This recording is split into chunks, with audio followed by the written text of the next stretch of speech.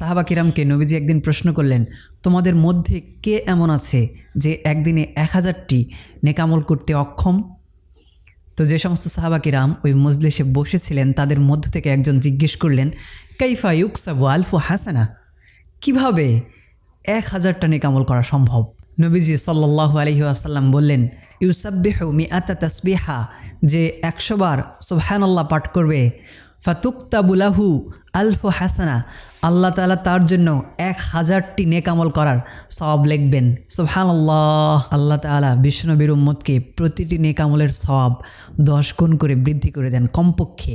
এর উপরে যত ইচ্ছা, নিয়তের যার নিয়ত যত সুন্দর হবে তাকে 700 গুণও দিতে পারেন বা বেহিসাব সওয়াব দিতে পারেন, কিন্তু কমপক্ষে 10 গুণ দেবেনই। এজন্য 100 বার সুবহানাল্লাহ বললে আল্লাহ তাআলা 1000টি নেকামল করা সওয়াব দান করবেন। শুধু তাই না, নবীজি আরও বলছেন, আও তুহাত্তু আনহু আলফু খতিয়াতিন, অথবা তার 1000টি ভুল, 1000টি গুনাহ মাফ করে দেওয়া হবে।